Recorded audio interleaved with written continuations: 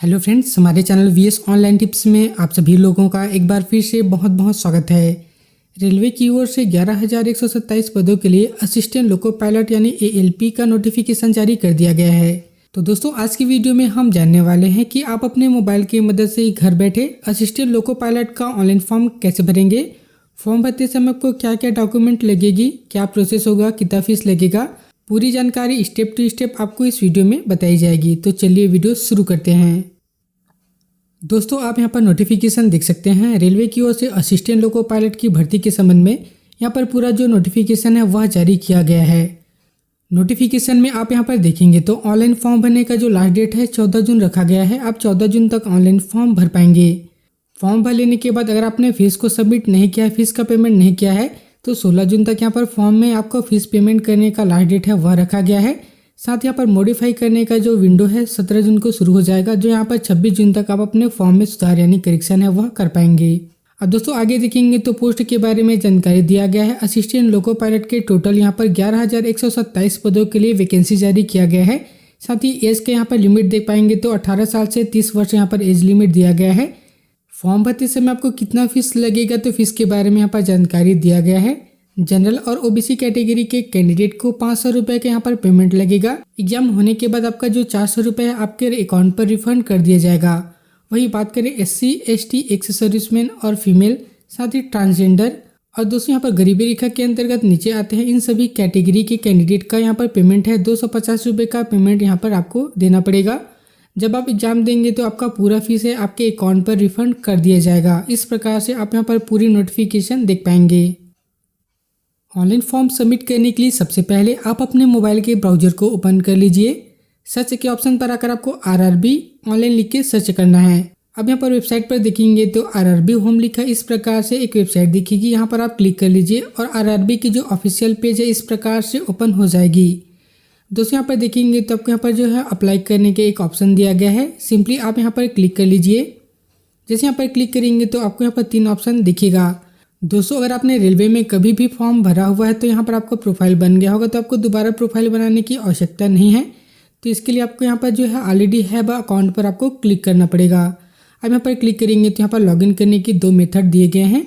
तो अगर आपको जो आधार कार्ड के नंबर से लॉगिन करना हो तो लॉगिन विथ आधार पर क्लिक कर लीजिए।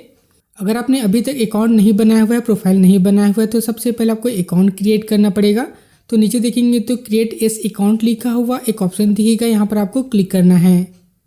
जैसे यहाँ पर क्लिक करेंगे तो नोटिस आ जाएगी, इसे आपको पढ़ के ओके कर लेना है और इस प्रकार से अकाउंट क्रिएट करने का जो पेज है ओपन हो जाएगा। सबसे पहले यहाँ पर देखेंगे तो कंट्री ऑफ नेशनैलिटी लिखा हुआ आता है। यहाँ पर अगर आप इंडिया से हैं तो इंडिया आपको सिलेक्ट कर लेना है। आगे आपसे पर्सनल डिटेल मांगा जा रहा है, यहाँ पर आपको अपना पूरा नाम एंटर करना है। जो भी नाम की स्पेलिंग आपके 10th के सर्टिफिकेट में है उसी के अकॉर्डिंग यहाँ पर आप अपने नाम की स्पेलिंग को रखेंगे।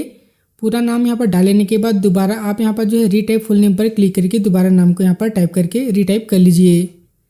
दोस्तों, अगर आपने कभी भी अपना नाम को चेंज कराया होगा तो यस पर क्लिक कर सकते हैं, नहीं कराया होगा तो यहाँ पर आपको नो पर क्लिक करना पड़ेगा।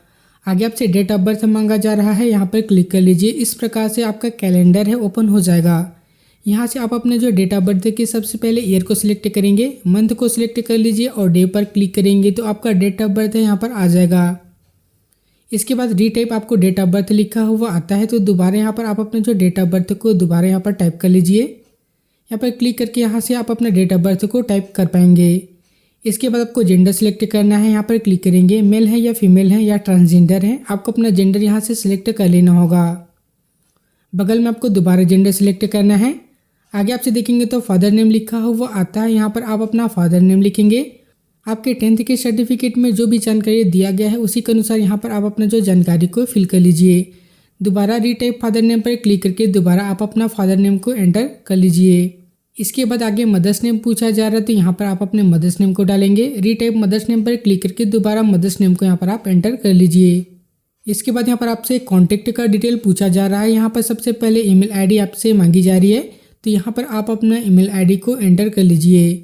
जनरेट ईमेल OTP पर क्लिक करेंगे तो आपके ईमेल आईडी पर एक OTP चला जाएगा। आपको मेल को ओपन करके OTP को यहाँ पर एंटर कर लीजिए और आपका यहाँ पर ईमेल आईडी है वेरीफाई हो जाएगा।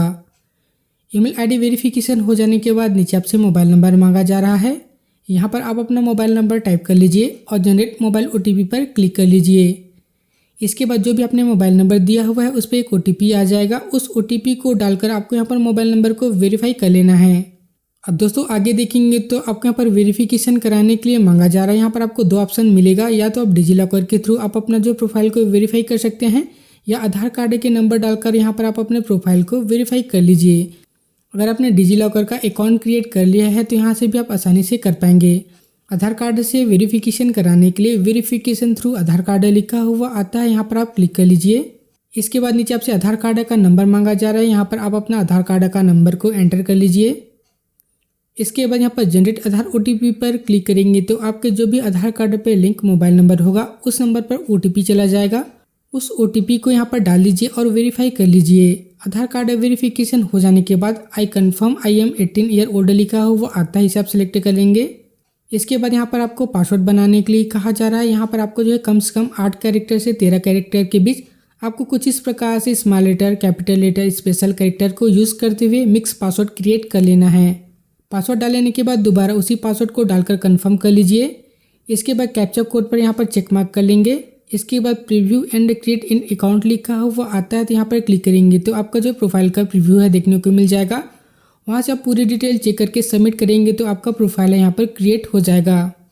दोस्तों प्रोफाइल बन जाने के बाद आप डायरेक्ट लॉगिन हो सकते हैं, या अगर आपको लॉगिन करना है तो इस प्रकार से लॉगिन वाले पेज पर आपको चले आना है। अगर आपको आधार कार्ड से लॉगिन करना होगा तो लॉगिन विथ आधार पर क्लिक कर लीजिए। इसके बाद यहाँ पर देखेंगे तो आपका मोबाइल नंबर मांगा जा रहा है, यानी कि आपके आधार कार्ड में जो मोबाइल नंबर लिंक है उस नंबर को आप यहाँ पर एंटर कर लीजिए। इसके बाद इस प्रकार से एक चेक बॉक्स दिखेगा, यहाँ पर आपको चेक मार्क कर लेना है और आपको जनरेट आधार OTP पर क्लिक करेंगे तो आपके मोबाइल नंबर पर OTP चला जाएगा। उस OTP को यहाँ पर एंटर कर लीजिए। आई एम नॉट रोबोट पर आपको चेक मार्क करना होगा। कभी कभी वेरिफिकेशन कराने के लिए इस प्रकार से जो ग्राफिक्स है यहाँ पर आ जाएंगे, आपको यहाँ पर सिलेक्ट करके वेरीफाई कर लेना है। इसके बाद यहाँ पर लॉगिन पर क्लिक करेंगे तो आपका प्रोफाइल यहाँ पर लॉगिन हो जाएगा। सबसे पहले यहाँ पर आपको नोटिफिकेशन देखने को मिलेगा, ऑनलाइन एप्लीकेशन लिखा हुआ आता है, यहाँ पर आप क्लिक कर लीजिए। इसके बाद यहाँ पर देख सकते हैं असिस्टेंट लोको पायलट के यहाँ पर नोटिफिकेशन है वह आ गया है। ओपनिंग डेट और क्लोजिंग डेट आप यहाँ पर देख पाएंगे। सबसे पहले आपको कौन से जोन पर आपको अप्लाई करना है उसे आपको सिलेक्ट करना है, तो सिलेक्ट RRB लिखा हुआ आता है, यहाँ पर आपको क्लिक करना होगा। इसके बाद सभी जोन का नाम आ जाएगा। जिस रेलवे जोन से आप अप्लाई करना चाहते हैं उस रेलवे जोन को आप यहाँ पर सिलेक्ट कर लीजिए। इसके बाद दोनों बॉक्स पर आपको चेक मार्क करके नेक्स्ट कर लेना है। इसके बाद दोस्तों देखेंगे तो आपसे यहाँ पर कुछ जो है ज़रूरी जानकारी और ज़रूरी यहाँ पर क्वेश्चन पूछा जा रहा है। इन सभी क्वेश्चन को आपको ध्यान से पढ़ के अपने हिसाब से आपको यहाँ पर जवाब देना पड़ेगा। दोस्तों यहाँ पर पूछा जा रहा है कि क्या आपको बोलने संबंधित कोई प्रॉब्लम है, जैसे कि अगर आप हकलाते होंगे या धीमा बोलते होंगे या बोलने में कोई आपको समस्या होगी तो आपको यहाँ पर क्लिक करेंगे। अगर आपको ऐसी कोई समस्या नहीं है तो आपको नहीं पर सिलेक्ट कर लेना है। सेकेंड नंबर पर पूछा जा रहा है कि क्या आपको यहाँ पर जो सुनने में कोई परेशानी तो नहीं है, यानी कि अगर आपके कान में कोई समस्या होगा या अगर आपको कोई सुनने में परेशानी होती होगी तो आपको यहाँ पर क्लिक करेंगे। अगर आपको कान से संबंधित कोई भी परेशानी नहीं है तो यहाँ पर आपको नहीं के ऑप्शन को सिलेक्ट कर लेना है। दोस्तों आगे आपको आँख के बारे में पूछा जा रहा है। अगर आपकी जो दृष्टि है 6/6 नहीं है या अगर आप चश्मा यूज़ करते होंगे तो यहाँ पर जो आपको नहीं पर क्लिक करना है। अगर आपकी नज़र 6/6 है, अगर आप चश्मा यूज़ नहीं करते तो यहाँ पर आपको हाँ पर सिलेक्ट कर लेना पड़ेगा। चौथे नंबर पर पूछा जा रहा है कि अगर आप जो है दूर की वस्तु को देखने के लिए चश्मे का यूज़ करते हैं या कॉन्टेक्ट लेंस लगाए हुए हैं, उस कंडीशन में आपको यस पर क्लिक करना है। अगर आपको प्रॉपर दूर की वस्तु दिखाई देती है तो यहाँ पर आपको नहीं के ऑप्शन को सिलेक्ट कर लेना है। आगे पूछा जा रहा है कि आपके आँख की अगर कोई सर्जरी हुई होगी, कोई प्रॉब्लम हुआ होगा तो यहाँ पर क्लिक करेंगे। अगर आपको ऐसी भी कोई प्रॉब्लम नहीं है, अगर आपकी कोई आँख की सर्जरी नहीं हुई है तो आपको नहीं के ऑप्शन को सिलेक्ट कर लेना है। छठे नंबर पर पूछा जा रहा है कि अगर आपको कलर ब्लाइंडनेस की बीमारी होगी, यानी लाल या हरा रंग का जो आपको अच्छे से नहीं दिखता होगा तो आपको यहाँ पर हाँ पर क्लिक करना है। अगर आपको ऐसी कोई भी प्रॉब्लम नहीं है तो आपको नहीं के ऑप्शन पर सिलेक्ट कर लेना है। इसके बाद नेक्स्ट के बटन पर क्लिक करेंगे तो आपके सामने इस प्रकार से और क्वेश्चन है देखने को मिल जाएगा। अब आगे पूछा जा रहा है कि क्या आपको कोई मानसिक समस्या है या कोई तंत्रिका संबंधित समस्या है या कोई संज्ञानात्मक यानी कॉग्निटिव कोई भी समस्या होगा या कोई भी निर्णय लेने में अगर आपको जो है डिले होता होगा तो उस कंडीशन तो इस प्रकार से अगर कोई भी समस्या होगी तो आपको यस पर क्लिक करना है। अगर आपको ऐसी कोई भी समस्या नहीं है तो आपको नहीं के ऑप्शन को सिलेक्ट कर लेना है। 8वें नंबर पर बताया गया कि अगर आपको कोई चक्कर आता होगा, आंखों के सामने अंधेरा छा जाता होगा या वर्टिगो जैसी कोई भी समस्या है तो यस पर क्लिक करेंगे। अदरवाइज यहाँ पर आपको नहीं को सिलेक्ट कर लेना है। आगे पूछा जा रहा है कि क्या आपको लंबे समय तक ड्यूटी यानी ट्रेन चलाने के दौरान लगातार ध्यान और एकाग्रता बनाए रखने में अगर आपको कोई परेशानी नहीं होती होगी तो यस पर क्लिक करेंगे। अगर कोई परेशानी है तो यहाँ पर आपको नहीं पर क्लिक करना है। इसके बाद नेक्स्ट के बटन पर क्लिक करेंगे तो और आपके सामने क्वेश्चन है वह देखने को मिल जाता है। 10th नंबर पर पूछा जा रहा है कि अगर आपको डायबिटीज़ का कोई प्रॉब्लम होगा तो यस पर क्लिक करेंगे, नहीं है तो यहाँ पर आपको नो पर क्लिक करना है। अगर आपको कोई बीपी की समस्या होगी या हाइपरटेंशन की समस्या होगी तो यस पर क्लिक करेंगे। ऐसी कोई भी समस्या नहीं है तो आपको नहीं पर सिलेक्ट कर लेना है। 12th नंबर पर पूछा जा रहा है कि अगर कोई आपको हार्ट से संबंधित या श्वसन से संबंधित कोई भी पुरानी बीमारी होगी तो उस कंडीशन में यस पर क्लिक करेंगे। अगर आपको कोई ऐसी बीमारी नहीं है तो आपको नहीं पर सिलेक्ट कर लेना है। आगे पूछा जा रहा है कि वर्तमान में आप ऐसी दवा ले रहे हैं जिससे आपको सुस्ती आ सकती है या कोई ऐसा जो है प्रॉब्लम हो सकता है तो आपको यहाँ पर हाँ पर क्लिक करना है। अगर आप कोई भी ऐसी दवाएं नहीं ले रहे हैं तो यहाँ पर आपको सिंपली नहीं पर क्लिक करना है और नेक्स्ट पर क्लिक कर लीजिए। इसके बाद नेक्स्ट के बटन पर क्लिक करेंगे तो और क्वेश्चन है वह देखने को मिल जाएगा।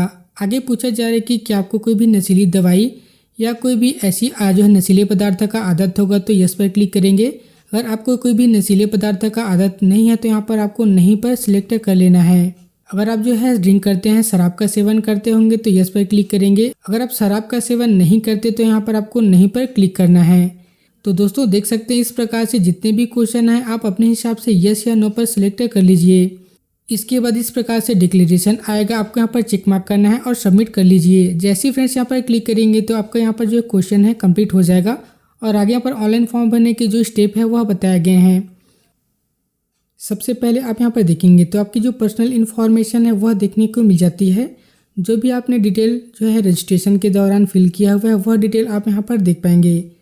सबसे पहले मैरिटल स्टेटस आपको सिलेक्ट करना पड़ेगा। अगर आप मैरिड हैं तो मैरिड पर क्लिक कर लीजिए, अनमैरिड हैं तो आपको अनमैरिड पर सिलेक्ट कर लेना होगा।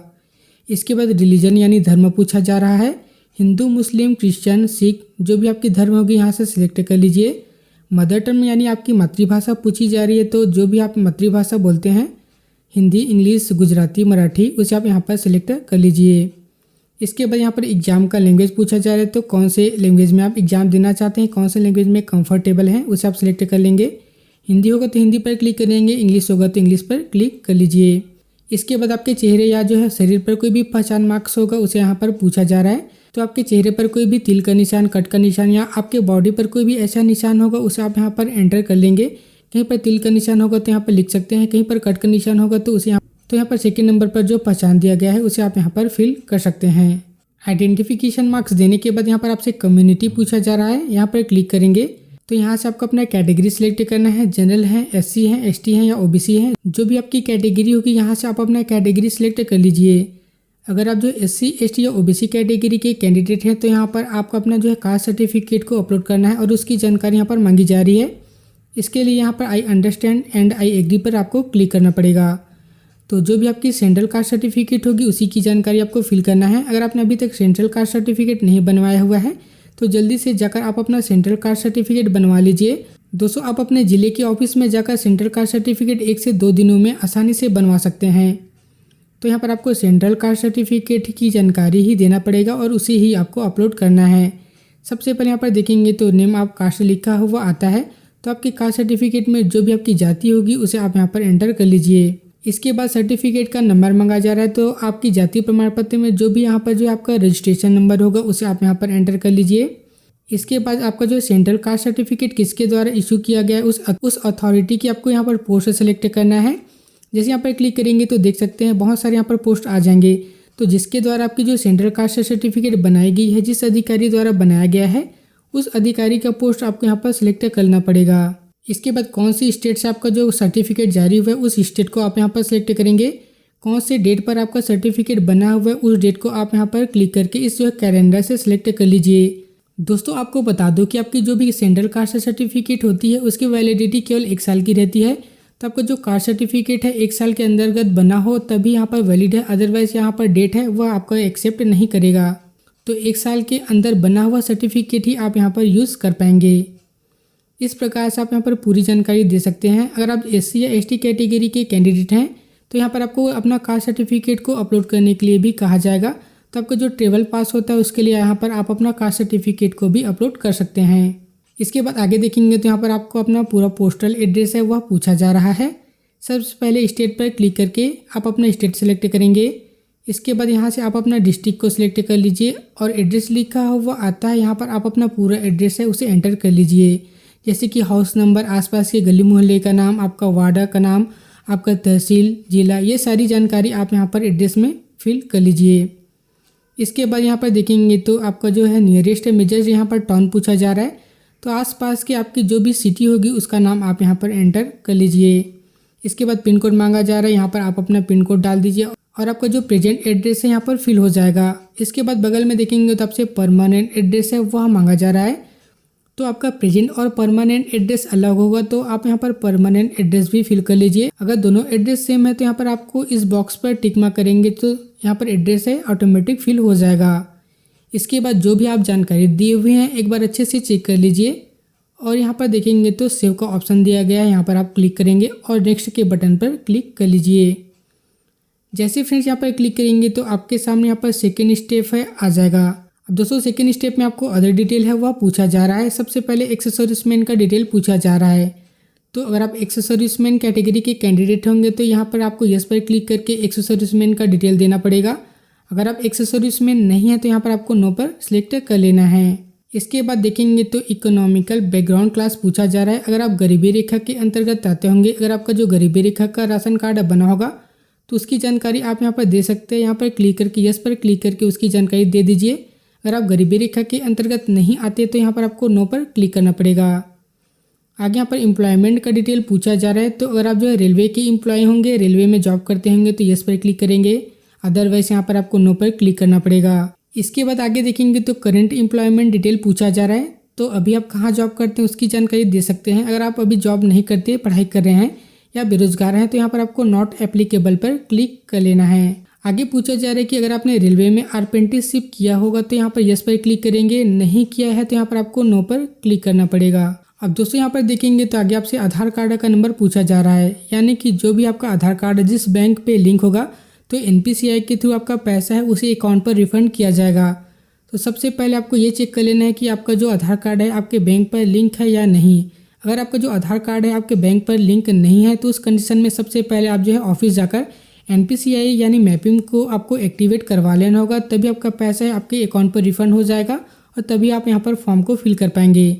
तो यहाँ पर सबसे पहले आप अपना आधार कार्ड का नंबर एंटर कर लीजिए और नीचे सेव लिखा हुआ आता है, यहाँ पर क्लिक कर दीजिए। अगर दोस्तों आपके सामने कुछ इस प्रकार से एरर आता है तो उस कंडीशन में आप यहाँ पर क्या करेंगे, तो आपको थोड़े समय का वेट करना है। थोड़े समय बाद आप यहाँ पर ट्राई करेंगे तो आपका जो प्रॉब्लम है यहाँ पर सॉल्व हो जाएगा। अगर दोस्तों आपके फॉर्म में बार बार इस प्रकार से समस्या आ रही है तो सबसे पहले NPCI एक्टिवेट है या नहीं वह चेक कर लीजिए। अगर आपके आधार कार्ड पर NPCI का जो मैपिंग है एक्टिवेट है तो उस कंडीशन में आप या तो मॉर्निंग के टाइम या जो है लेट नाइट आप यहाँ पर फॉर्म भरेंगे तो आपका जो फॉर्म है 100% यहाँ पर फिल हो जाएगा। तो थोड़े समय बाद आप यहाँ पर ट्राई करेंगे तो देख सकते हैं इस प्रकार से आपका बैंक का डिटेल है यहाँ पर जो है ऑटोमेटिक यहाँ पर आ गया है। आपका कौन से अकाउंट लिंक है यहाँ पर आ जाएगा और यहाँ पर आपको जो है सेव पर क्लिक करना है। जैसे फ्रेंड्स यहाँ पर सेव के ऑप्शन पर क्लिक करेंगे आपके सामने यहाँ पर देखेंगे तो अगला स्टेप है वह आ जाएगा। यहाँ पर आपको अपना क्वालिफिकेशन का डिटेल है उसे आपको सिलेक्ट करना है। सबसे पहले क्वालिफिकेशन लिखा हुआ आता है, यहाँ पर क्लिक कर लीजिए। सबसे पहले यहाँ पर 10th का डिटेल देना है, तो यहाँ पर देखेंगे तो मैट्रिकुलेशन लिखा हुआ आता है, इसे आपको सिलेक्ट कर लेना है। इसके बाद सबसे पहले यहाँ पर 10th का डिटेल देने के लिए स्टेट सेलेक्ट करेंगे, यानी कि आपने 10th कौन सी स्टेट से किया हुआ है उस स्टेट को सिलेक्ट कर लीजिए। कौन से डिस्ट्रिक्ट से आपका 10th हुआ है उस डिस्ट्रिक्ट को सिलेक्ट करेंगे। किस बोर्ड से आपने 10th किया हुआ है उस बोर्ड का नाम आप यहाँ पर एंटर कर लीजिए। इसके बाद कौन से डेट पर आपने यहाँ पर 10th पास किया हुआ है उस डेट को लिखेंगे। साथ ही यहाँ पर 10th का रोल नंबर आप यहाँ पर एंटर कर लीजिए। इसके बाद आपके 10th के सर्टिफिकेट का जो भी सीरियल नंबर रहता है उसे आप यहाँ पर एंटर कर लीजिए। इसके बाद बगल में ऐड का बटन है, यहाँ पर क्लिक करेंगे तो 10th का डिटेल है यहाँ पर ऐड हो जाएगा। इसके बाद अदर क्वालिफिकेशन ऐड करने के लिए दोबारा यहाँ पर क्वालिफिकेशन पर क्लिक कर लीजिए। अगर दोस्तों यहाँ पर जो आपने ITI किया होगा तो उसकी जानकारी दे सकते हैं। डिग्री यानी इंजीनियरिंग का कोर्स किया होगा तो उसकी जानकारी दे सकते हैं। अगर आपने 3 ईयर के यहाँ पर डिप्लोमा यानी पॉलिटेक्निक का कोर्स किया होगा तो उसे सिलेक्ट कर लीजिए। तो जो भी यहाँ पर जो रिक्वायर्ड क्वालिफिकेशन है उसे आपको यहाँ पर सिलेक्ट कर लेना है। इसके बाद अगर आपने ITI किया होगा तो ITI का जानकारी दे सकते हैं। इंजीनियरिंग किया होगा तो उसकी जानकारी आप यहाँ पर दे सकते हैं। आगे देखेंगे तो यहाँ पर सब्जेक्ट पूछा जा रहा है, तो किस सब्जेक्ट से आपने यहाँ पर जो है ITI या दोस्तों इंजीनियरिंग किया हुआ है उस सब्जेक्ट को सिलेक्ट कर लीजिए। कुछ समय उस सब्जेक्ट का नाम क्या है तो आपके सर्टिफिकेट में देखने को मिल जाएगा, उसे आप यहाँ पर एंटर कर लेंगे। किस स्टेट से आपने कोर्स किया हुआ है उस स्टेट को सिलेक्ट कर लीजिए। किस डिस्ट्रिक्ट से आपने यहाँ पर जो है कोर्स किया हुआ है उस डिस्ट्रिक्ट को सिलेक्ट करेंगे। आगे यहाँ पर यूनिवर्सिटी या कॉलेज का नाम पूछा जा रहा है तो यहाँ पर आप अपने यूनिवर्सिटी या कॉलेज का नाम को एंटर कर लेंगे। कौन से डेट पर आपने कोर्स किया हुआ है उस डेट को आप यहाँ पर सिलेक्ट कर लेंगे और आपका यहाँ पर जो है इस प्रकार से आपका जानकारी है फिल हो जाएगा। इसके बाद दोस्तों ऐड के बटन पर क्लिक करेंगे तो आपके यहाँ पर सेकेंडरी जो क्वालिफिकेशन है ऐड हो जाएगा। इसके बाद अगर आपके पास और भी क्वालिफिकेशन है इस लिस्ट से उसे आप यहाँ पर ऐड कर लीजिए। क्वालिफिकेशन ऐड हो जाने के बाद नीचे यहाँ पर नेक्स्ट का बटन है, यहाँ पर आपको क्लिक कर लेना है। जैसे आप नेक्स्ट पर क्लिक करेंगे दोस्तों इस प्रकार से आपके सामने देख सकते हैं, अगर आपने कास्ट सर्टिफिकेट अपलोड किया होगा तो उसकी जानकारी यहाँ पर आपको देखने को मिल जाएगी। इसके बाद देखेंगे तो यहाँ पर आपको फ़ोटो और सिग्नेचर अपलोड करने के लिए कहा जा रहा है। सबसे पहले यहाँ पर देखेंगे तो फ़ोटो का सैंपल दिया गया है जो इस प्रकार से क्रॉस फोटो है। इस प्रकार से आपको फ़ोटो को कैप्चर नहीं करना है, बल्कि नीचे जो राइट का निशान है इस प्रकार से आपको प्रॉपर लाइट पे और जो पीछे का बैकग्राउंड है प्लेन होना चाहिए, ऐसे जगह पर जाकर आपको फ़ोटो को यहाँ पर क्लिक करना पड़ेगा। आपको बता दो कि यहाँ पर जो फ़ोटो है लाइव कैप्चर होगा, यानी कि आपको यहाँ पर खुद सेल्फी लेना है तभी आपका फ़ोटो है अपलोड हो जाएगा। साथ यहाँ पर फ़ोटो कैसे लेना उसके बारे में पूरी जानकारी दे रखी है।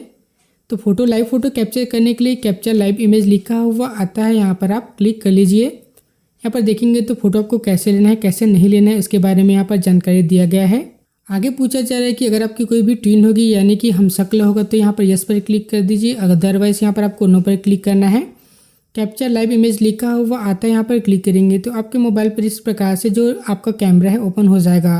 अब दोस्तों यहाँ पर सर्कल दिखेगा, इस सर्कल पे आप अपने चेहरे को इस प्रकार से एडजस्ट आपको करना है कि जो सर्कल है इस प्रकार से रेड से ग्रीन हो जाए।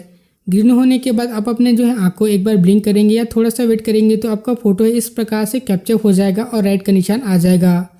अगर आपका फ़ोटो यहाँ पर जो प्रॉपर तरीके से अपलोड होने के बाद यहाँ पर दिख नहीं रहा है तो आपको बार बार उसी प्रोसेस को करना है, यानी बार बार आपको लाइव इमेज लेना है। जो भी यहाँ पर स्पेसिफिकेशन दिया गया है उस अकॉर्डिंग आप अपने फ़ोटो को लाइव कैप्चर करेंगे तो इस प्रकार से आपका फ़ोटो है देख सकते हैं अपलोड होकर आ जाएगा। फ़ोटो अपलोड हो जाने के बाद नीचे आपको सिग्नेचर को अपलोड करना है तो यहाँ पर ब्राउज का ऑप्शन दिया गया है, यहाँ पर आपको क्लिक करना है। फाइल में जाकर आप अपने सिग्नेचर को यहाँ पर सिलेक्ट करेंगे और यहाँ पर जो ओरिजिनल पर आपको क्लिक करके अपलोड कर लेना है। देख सकते हैं दोस्तों फ़ोटो सिग्नेचर अपलोड हो जाने के बाद इस प्रकार से आपको चेक मार्क कर लेना होगा और नीचे यहाँ पर आपको सेव का बटन है, यहाँ पर आप क्लिक कर लीजिए। जैसे फ्रेंड्स आप यहाँ पर सेव के ऑप्शन पर क्लिक करेंगे आपके सामने इस प्रकार से देख सकते हैं आपको जो भी आपकी क्वालिफिकेशन है उसके अकॉर्डिंग आपको पोस्ट का सिलेक्शन करने के लिए कहा जा रहा है। तो यहाँ पर आपको जो पोस्ट का सिलेक्शन करना है, जिसे आप पहले नंबर पर सिलेक्ट करना चाहते हैं उसे आप यहाँ पर पहले प्लस पर क्लिक करेंगे। इस प्रकार से आपका जो पोस्ट का जो प्रेफरेंस है सिलेक्ट हो जाएगा। इसके बाद इस प्रकार से जो भी बॉक्स दिखेगा आपको सभी पर चेक मार्क कर लेना है। नीचे यहाँ पर देखेंगे तो आपको यहाँ पर प्लेस एंटर करेंगे, यानी कहाँ से फॉर्म भर रहे हैं तो आपका अपने सिटी का नाम यहाँ पर एंटर कर लीजिए। साथ ही एक बार पूरी जानकारी चेक कर लीजिए और यहाँ पर आपको सेव कर लेना है।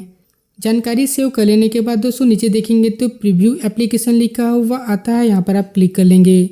जैसे यहाँ पर क्लिक करेंगे तो आपका फॉर्म का प्रीव्यू है वह देखने को मिल जाएगा। जो भी आपने जानकारी दिया है सही है या गलत है उसे आप अच्छे से चेक कर लीजिए।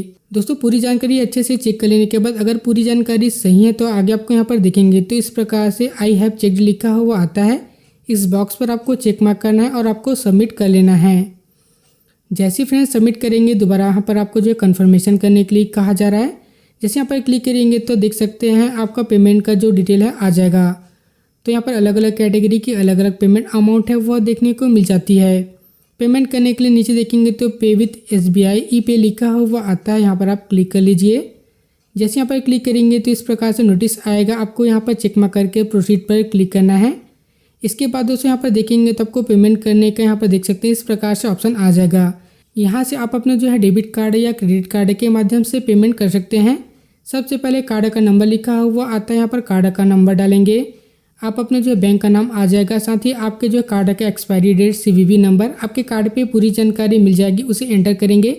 पे नाउ पर क्लिक करेंगे तो आपके जो भी बैंक पे लिंक जो मोबाइल नंबर होगा उस पर OTP आ जाएगा।